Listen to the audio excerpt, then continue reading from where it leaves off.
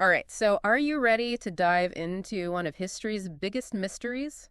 Let's do it. The Ark of the Covenant. I am fascinated by this thing. I know, right? We've got like a whole bunch of YouTube videos here Yep. that explore like everything about it, from, where it came from in the Bible hmm to like the wildest theories about where it could be right now. Yeah, it's crazy how this one object, it's basically just a box, Right. but it just has so much, meaning and power in like everyone's imagination. Yeah, like what is it about this thing I know. that's captured people for like centuries? Yeah. And that's what we're going to try to figure out today. Yeah. Like, what do we actually know about the Ark? Right. What are some of the most like believable theories about what happened to it? Yeah. And why does this thing still like matter so much to people? I think it's something deep down inside us. Yeah. We want to connect with something bigger than ourselves. Right. Like we're searching for some kind of proof that there's something more out there. Okay, so before we go full Indiana Jones here, Okay. let's like start with the basics. What was the Ark of the Covenant? So the Bible says it was a chest made from acacia wood and then covered in gold. Okay. And it was built, to very specific measurements that God gave to Moses. Yeah, and it wasn't just like some random box full of treasure, right? No, not at all. Like these videos talk about some pretty amazing stuff that was inside it. It's true. The ark held the stone tablets with the 10 Commandments written on them. Oh, wow. A jar of manna, which is that bread-like food that kept the Israelites alive in the desert. Right. And then there was Aaron's rod, the one that miraculously sprouted blossoms. It's like they took the most important stuff from their history and put it all in this one chest. Exactly. And each of those items, you can see how they were chosen to show the different aspects of God's power Right. and his covenant with the Israelites. Okay. So the manna represented his provision, Right. like he was taking care of them. Mm-hmm. The tablets were his law. And then Aaron's rod showed that the priesthood had God's blessing. And it's kind of weird how they treated the Ark like it was almost dangerous to even touch. Yeah. The priests had to carry it on poles, and nobody could actually touch the Ark itself. Well, those rules about handling the ark show just how holy it was. I mean, it wasn't just some object. Right. It was a symbol of God's actual presence among them. Okay, so we have this incredibly sacred and powerful object, but like, where was it kept? It had a very specific place in the tabernacle. That portable temple the Israelites carried with them. Right. This one video called Ark of the Covenant Explained, it talks about the layout of the tabernacle and how the Ark was right in the center in this super special room called the Holy of Holies. And that chamber was totally off limits to everyone except the high priest. Wow. And even he could only go in once a year. On the Day of Atonement. You got it. Talk about exclusive access. Seriously. And that Day of Atonement was like a really intense ritual, wasn't it? Oh, yeah.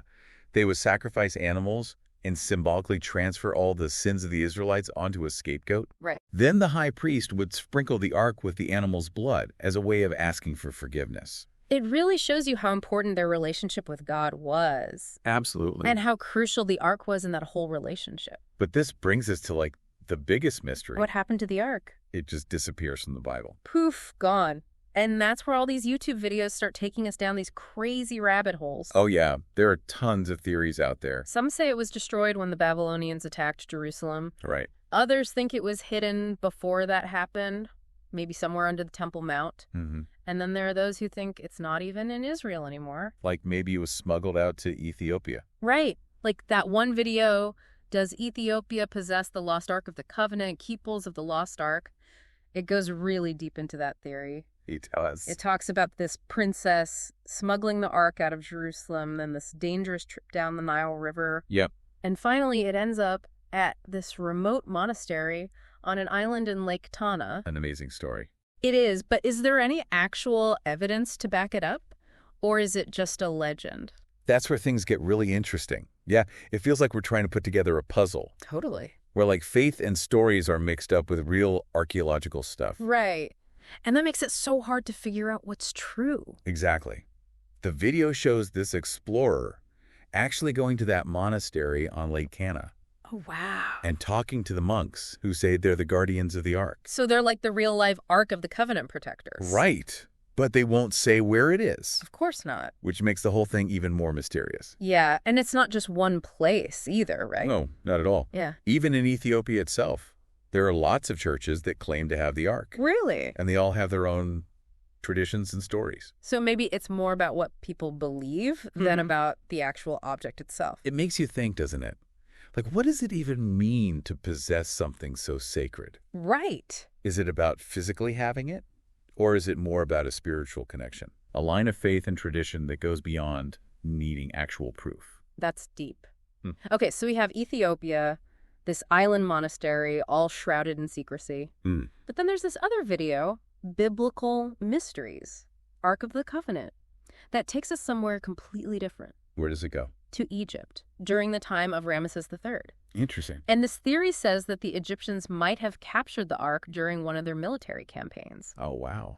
And the video really digs into the history, like analyzing old texts and battle routes, trying to find some evidence. To support the theory? Yeah. They even pinpoint a specific town, Jaharia, which was like a pit stop for armies traveling between Egypt and Jerusalem. The strategic location. Exactly. And what do they find there? This massive stone structure. No way. That some people think could be a monument built by Ramesses III. And then they bring in the ground-penetrating radar. It's like a real treasure hunt. That's so cool. I know. And guess what? The radar actually picks up something. An anomaly. Yeah. Like a possible underground chamber. Wow. But trying to get permission to dig there. Forget it. Yeah, I can imagine. That's got to be almost impossible. It's a politically and archaeologically sensitive area. Right, so another dead end. It seems like every time we get close to finding the Ark, there's an obstacle. Boom! Roadblock. But even these dead ends tell us something, don't they? What's that? They show us how much the Ark has captured our imagination. How we're willing to put in time and effort to follow even the most unlikely leads. Okay, speaking of unlikely leads, what about the theory that pretty much everyone's heard of? What's that? The Ark hidden beneath the Temple Mount in Jerusalem. Ah, yes. The holy grail of Ark hunting. Right. This theory has fueled so many expeditions and documentaries. And for a good reason. I mean, the Temple Mount is one of the holiest places in the world. Totally. It's where history and religion come together in a really powerful way. But like we've said before, it's impossible to dig there. Pretty much. For both logistical and political reasons. Yep. But maybe there's another reason why the Ark is still hidden. What do you mean? Something beyond just human limitations. Okay, now you've got me intrigued. Are we talking like divine protection? Ancient curses? Some of these videos actually suggest that. Seriously? That the Ark is hidden on purpose. Wow. Protected by some kind of divine force or an ancient mechanism. So basically like a booby trap for anyone who tries to mess with it. Yeah, like in Raiders of the Lost Ark. I love that movie. Remember that scene where the Ark unleashes its power?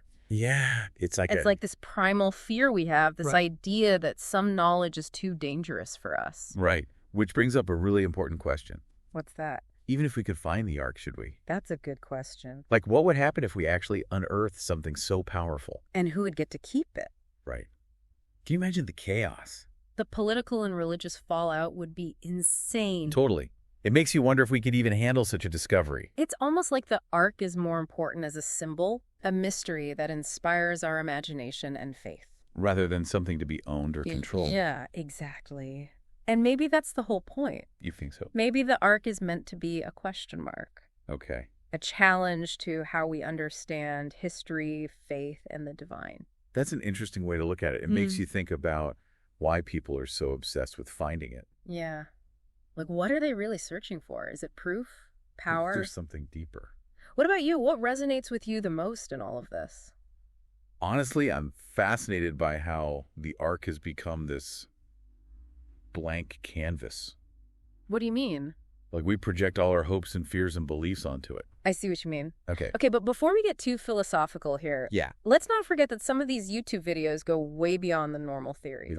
We're just getting started. I mean, we're talking Knights Templar secret societies. Right. And even some people say the Ark is like alien technology. Some of those theories are definitely out there. Yeah. It's like they're mixing history and religion with a whole lot of imagination. Yeah. But even those crazy ideas can be insightful, you know? How so? Well, they show us how we try to understand things we don't know. I see what you mean. Okay, let's start with the Knights Templar. Okay. It seems like they're in every story about hidden treasure and lost artifacts. Yeah. They're like the ultimate secret society. And the Ark of the Covenant is no exception. Exactly. Some people believe the Templars found the Ark during the Crusades. Maybe it was hidden under the Temple Mount? And then they snuck it back to Europe. That's the theory. It sounds like a plot from a Dan Brown novel. Doesn't it? Yeah. But is there any evidence to support it? That's a good question. It's hard to say. A lot of the Templar Ark connections are based on like symbols and secret codes Right. and links that haven't been proven. But it makes for a good story, doesn't it? It definitely does. This powerful medieval order guarding the most sacred object. It's definitely exciting. And it plays into that whole idea of hidden knowledge. Right. Like some secrets are only for a select few. Which leads us to some even wilder theories. Oh. About the Ark's power. Okay. We're talking about the Ark as a technological marvel. Like what? Maybe even an alien artifact. Now we're really going down the rabbit hole. Yeah, but just think about it for a second. Some theories say that the Ark wasn't just a box for sacred stuff, Okay. but like a device that could harness some kind of energy. Energy. They point to those stories in the Bible. You mean where the Ark causes all this destruction? Exactly. Even killing people who touch it. It's like when the Philistines captured it. Right. And all that bad stuff started happening to them. It's like they found something they weren't supposed to mess with. Yeah. And those stories have made some people think that the Ark might have been advanced technology. Technology. Something beyond what we can understand today. So like a weapon or a communication device. Maybe even a source of energy. Whoa. Are we talking ancient aliens here? Who knows? But what I find interesting is how these theories... Even the crazy ones. Yeah, even the crazy ones, they make us rethink the past and consider possibilities that we might not normally think about. Like maybe the ancients were more advanced than we give them credit for. Exactly. Makes you wonder what else is out there waiting to be discovered. Right. And then there are those videos that link the Ark to prophecies. Oh, yeah. Saying it'll play a role in the end times or bring about a new era. It's fascinating how people try to connect all these different things. Like what? Ancient texts, religious beliefs, even modern events. To create a bigger story. A story that tries to explain why we're here. It's like we're all trying to solve this giant puzzle. Looking for the missing pieces that will show us the whole picture. And even if we never find all the pieces, the search itself can be amazing. It makes us ask questions and challenge what we believe. And keep an open mind to things we don't understand. So after going through all these videos and theories, what's the takeaway? What we want our listeners to remember? I think the Ark of the Covenant, whether it's a real object or just a symbol, it reminds us that there are still mysteries in this world. Mysteries we haven't solved yet. And knowledge and understanding that we haven't even begun to explore. It's a reminder that learning is a journey that never ends. Absolutely. And that we should never stop asking questions. Or challenging what we think we know. And most importantly, keep exploring the unknown. It also reminds us to be humble. In the face of all that we don't know about history and time. There's so much out there that we haven't even scratched the surface of. And that's okay. It's the mystery that keeps us searching. The not knowing that drives us to push the boundaries of what we understand. So for you listening out there, what do you believe? What mysteries are you drawn to? And most importantly, what will you discover on your own journey? Keep asking questions. Keep exploring. And who knows? Maybe you'll be the one to uncover the next piece of this ancient puzzle. Thanks for joining us on this deep dive into the Ark of the Covenant. It's been a pleasure. Until next time, keep seeking those aha moments.